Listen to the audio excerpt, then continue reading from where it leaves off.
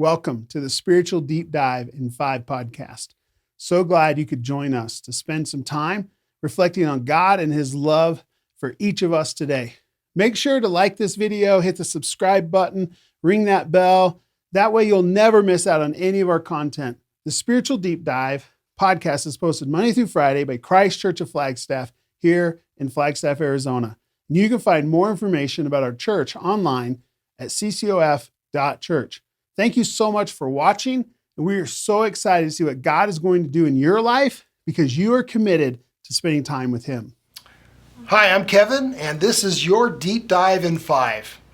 Today I'm going to talk about one of my favorite verses, one of my portion in the Bible that I've really gotten a lot of insight, and it is Jeremiah 29, verses 4 through 7, and it is what I call a passage that I call Love Your City. Just a little background before I read the verse to you. This is a part of the Bible in which the Israelites have been exiled. They've been taken from their homeland. They've been herded across the desert, and now they live in a completely different culture in a community called Babylon. And it is a tough place for them to be. The people are not like them. They worship different gods. They eat different foods, and they are distressed in their situation. Yet God speaks through them through Jeremiah, and this is what Jeremiah says to them, and he's proclaiming this upon as the Lord is speaking this. And he says this in verse 4, "This is what the Lord Almighty, the God of Israel, says to all those I carried into exile from Jerusalem to Babylon." Here's what he says, verse 5. "Build houses and settle down. Plant gardens and eat what they produce. Marry and have sons and daughters, and find wives for your sons and give daughters in marriage, so that they too may have sons and daughters. Increase in numbers there. Do not decrease." And the last verse, verse 7, "Also seek the peace and prosperity of the city in which I've carried you into exile. Pray to the Lord for it, because if it prospers, you too will prosper."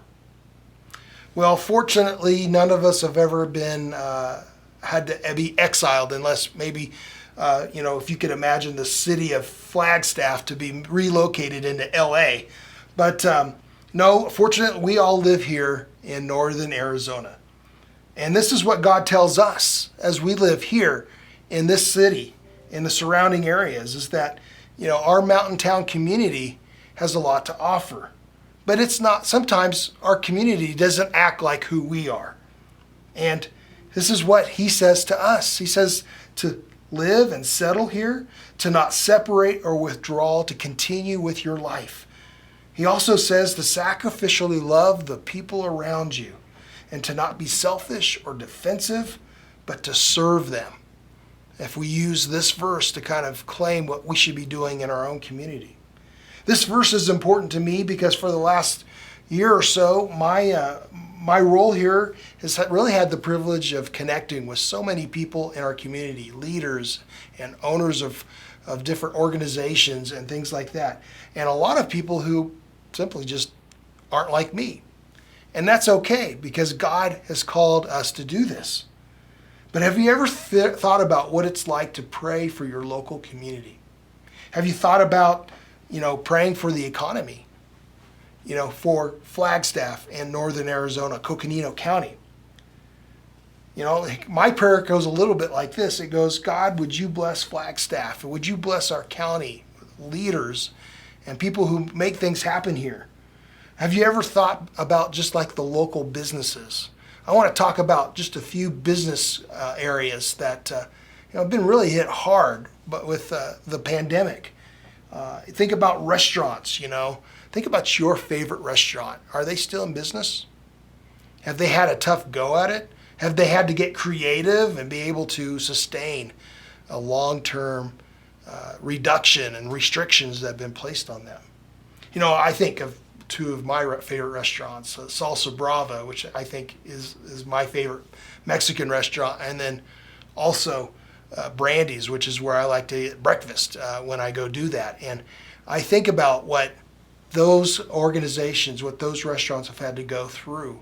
And I know they've had to make tough decisions, and it was staffing and opening and not opening and patios and all those kinds of things. And it's good to think about that they bring culture to our community. Think about preschools. Wow, we here at Christ Church operate a preschool, and it's going great, but we had to shut down for a couple months. And what's even scarier is in the Flagstaff community, there's been several preschools that have gone under. They're no longer in business. And that has put more pressure on the existing preschools. I can tell you right now that Abundant Life Preschool, the one that we operate, is 100% full in August. And there's a long, long list of people who are clamoring to get their kids into our preschool. We should pray for more preschools to open, because there is that need.